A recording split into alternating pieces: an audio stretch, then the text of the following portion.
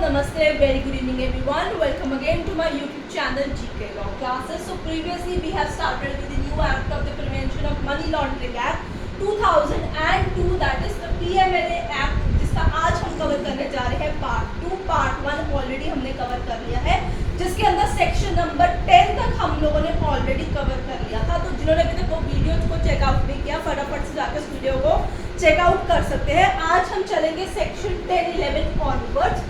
So in the last previous lecture we were studying that the adjudicating authority has the power to confiscate the property, and the property which is so confiscated under section 9 will rest into the central government, who will appoint a receiver under section number 10 for the management of that property. Now student, here one thing has to be kept in mind that when any property is confiscated by the adjudicating authorities under the PMLA Act, that property has not to be kept for more than 30 days with the adjudicating authority.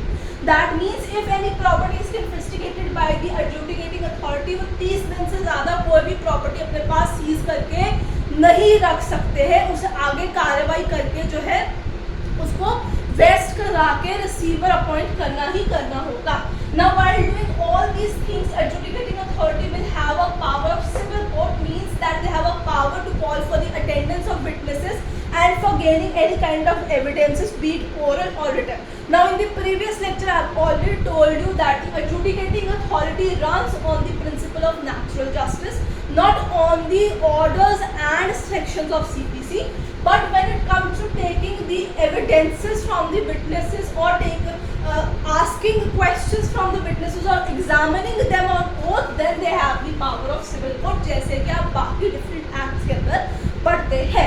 Now another important section is the power of survey, which again rests with the adjudicating authority under section number 16. So all the adjudicating authorities are appointed by the central government. They have the power to survey any kind of property or to conduct any kind of survey in regard to the money laundering under the PMLA Act if they have any kind of doubt towards any person that he is engaged in any kind of money laundering activities.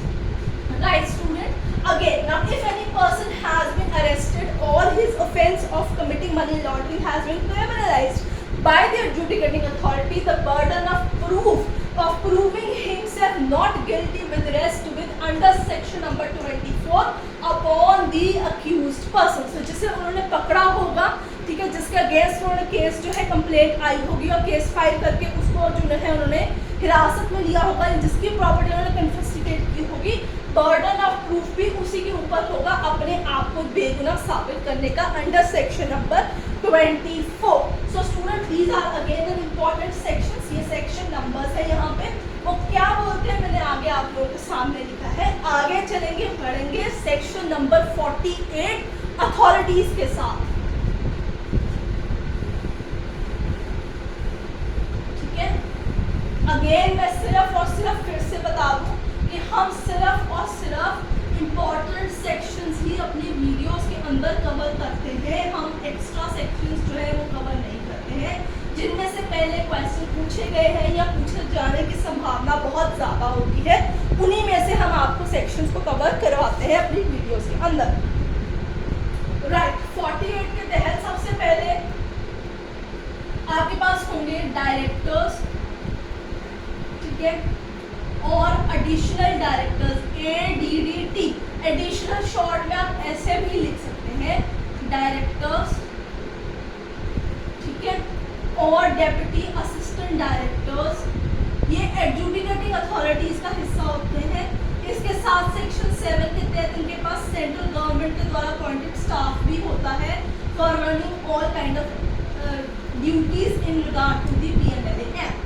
तो सबसे पहले level पे, नीचे के level पे ये लोग आते हैं, जिसके बाद एडजुडिकेटिंग आपके पास ये लोग हो गए. फिर जिनके पास केस फाइल की गई है, इनकी अपनी एक एडजुडिकेटिंग अथॉरिटी बनाई जाती है.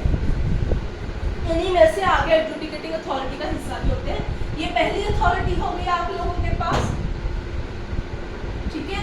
फिर जिनके पास आगे कंप्लेंट फाइल हुई, जिसने असल में कार्रवाई स्टार्ट करनी है, आपके पास आते हैं एडजुडिकेटिंग अथॉरिटीज. इन्होंने कंप्लेंट आगे जो है उसके ऑनवर्ड्स 30 डेज की विंडोज के बाद उनका सारा काम if you are aggrieved by their decision, आप एपिलेट ट्रिब्यूनल के पास जाते हैं। इसे बाद आगे हम स्टडी करेंगे। इनके बाद जो अथॉरिटी जिनके पास आप केस फाइल कर सकते हैं वो the high court of the particular state concern. ठीक है, तो ये आपका अथॉरिटीज होती है जो हम पीएमएलए के नीचे कवर करते हैं। ठीक है, पहले आपके एडजुडिकेटिंग ऑफिसर्स आ जाएंगे, they are what your adjudicating officers at the initial level. Then adjudicating authority जिन्होंने उस कार्रवाई कंप्लेंट्स पे कार्रवाई करके इन्वेस्टिगेशन करनी है। Then appeal can lie against your appellate tribunal and then finally appeal against from tribunal lies to the high court of the concern state. तो ये चीज आपको याद रखनी होगी यहाँ पे। अब चलते हैं, हम आगे बढ़ेंगे। आगे इन दोनों को मैं आगे एक्सप्लेन करूंगी आप लोगों को। पहले दो इंपॉर्टेंट सेक्शंस और कवर कर लेंगे, वो छुट्टू से हैं, तो पहले हम उनके ऊपर चलेंगे। इस सेक्शन को पहले एक्सप्लेन करना था ताकि आपको थोड़ा सा एक छोटा सा क्रक्स मिल जाए, एक छोटा सा अंदाजा लग जाए। Right, special courts, special courts section number है 43। कभी कभी पीएमएलए के लिए जो है सेंट्रल गवर्नमेंट अलग से स्पेशल कोर्ट्स का गठन कर देती है ताकि कल को कोई भी केस फाइल करनी है, अथॉरिटीज यहाँ जाके केस को जो है फाइल किया जाता है उन लोगों के पास। एक स्पेशल कोर्ट भी इनके लिए अपॉइंट की जाती है। कभी कभी कुछ मजिस्ट्रेट्स, कुछ जजेस को स्पेशल पावर दी होती है that they can try the offence of money laundering cases, और पीएमएलए के तहत जो है केस पे सुनवाई कर सकते हैं। ठीक है, इसके अलावा कुछ जो ऑफेंसेस हैं, all the offenses under PMLA under this particular act is cognizable, ठीक है, and non bailable।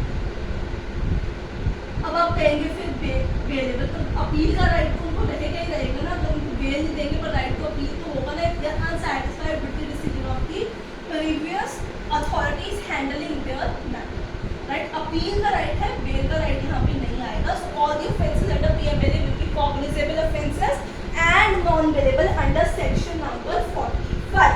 आगे चलेंगे, अब हम वहां पे पहुंच चुके हैं व्हिच आर अपील्स।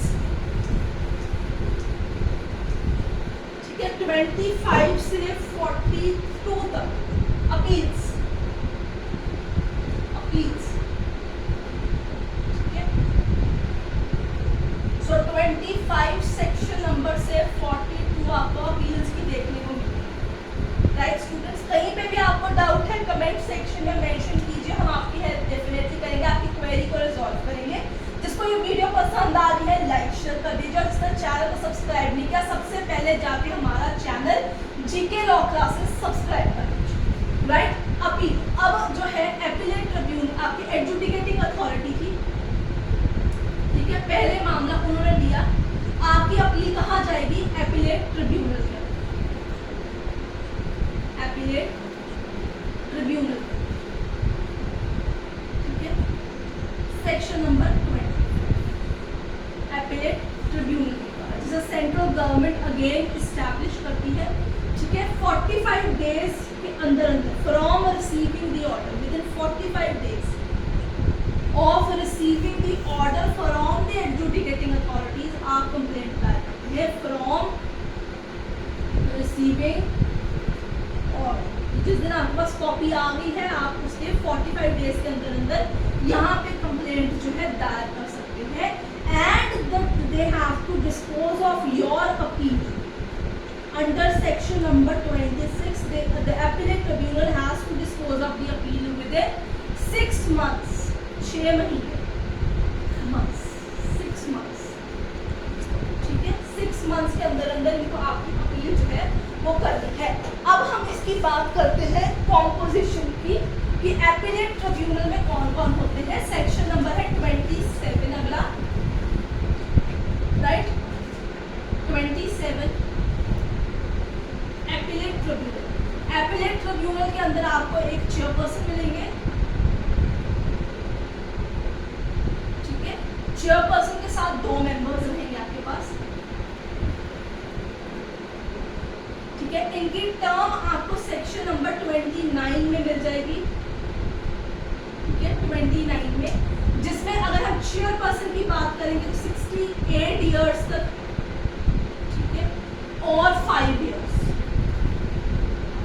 ठीक है, 5 साल या 68 ईयर्स में चेयर इनकी टेन्योर रहेगी। मेंबर्स की बात की जाए तो 65 ईयर्स और 5 ईयर्स, whichever is earlier, यहाँ पे ये चीज आएगी, ठीक है। Again they are bound by principles of natural justice, NJ माने नेचुरल जस्टिस के प्रिंसिपल से ये बाउंडेड है। सेक्शन नंबर है 35, not by code of civil procedure, CPC के द्वारा ये बाउंडेड नहीं है, ठीक है। प्रोसीजर्स इन्होंने यहाँ पे नेचुरल जस्टिस का खासा ध्यान रखना है, ठीक है। आगे चलेंगे, बढ़ेंगे, section number 42, appeal from appellate tribunal to the high court of the state concern. जहां वो रहेगा वहां की हाई कोर्ट आएगी, यहाँ पे जहां से उसको पकड़ा होगा या जहां पे वो प्रॉपर्टी सिचुएट कर जाएगी, वहां से आपकी हाई कोर्ट जो है यहाँ पे आ जाएगी। So the person aggrieved may further file an appeal to the high court. So appellate tribunal से आपकी अपील जाएगी आगे द हाई कोर्ट के 42 नंबर सेक्शन, ठीक है। कितने दिनों के अंदर 60 days of receiving your order, with in 60 days of receiving orders. वहाँ स्पेशल कोर्ट का अपना बटन हुआ होता है, वो सब कुछ देख लेते हैं। So basically adjudicating officer, adjudicating authority, appellate tribunal, high court concern, ये आपकी अथॉरिटीज है, और इसी हायरार्की के अंदर फर्दर जो कंप्लेंट्स है वो दायर की जाती है। So students, these are all about your prevention of money laundering act, जिसको आपको काफ़ी ध्यान में रखना है। इसी के साथ आई थिंक ये पार्ट 2 जो है आपका कवर हो चुका है। इंपॉर्टेंट सेक्शंस मैंने ऑलरेडी आप लोगों को बता दिए हैं, कोई डाउट हो तो आप कमेंट सेक्शन में मेंशन कर सकते हैं। अगर आज की वीडियो आप लोगों को पसंद आए तो लाइक शेयर डेफिनेटली कीजिएगा, और जिसने चैनल को अभी तक सब्सक्राइब नहीं किया, भाई मैं कह के थक चुकी हूँ, और पर मैं फिर भी दोबारा आप लोगों से रिक्वेस्ट करूँगी, आज के आज हमारे चैनल को सब्सक्राइब कीजिए for more such videos. Till then keep learning.